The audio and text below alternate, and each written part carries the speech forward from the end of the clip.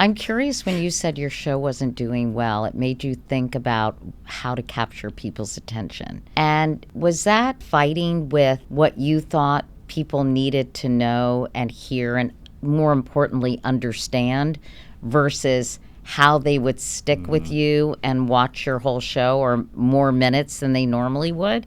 And what kind of Faustian deal did you have to make? That is the central conundrum. I mean, as I write in the book, attention is not a moral faculty. There's a great line from Walter Lippmann when he's writing about this in the 1920s.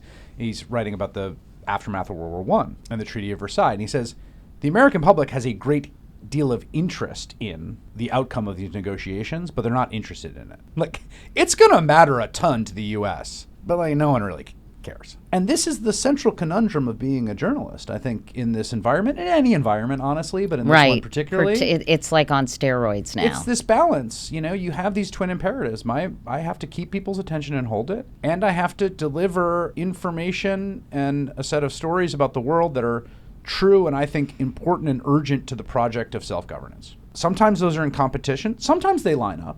You know, the California wildfires are a great example where they both compel your attention, the visuals and the drama, the tragedy, and also it's a really important story. So sometimes you get them both, right? Sadly. Sadly.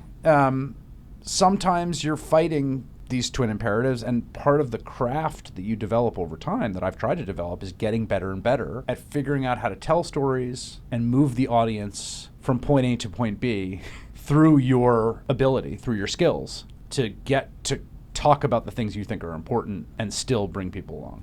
That's hard. It's really hard. I mean, it's really hard, and I've gotten better at it, but I still fail at it all the time.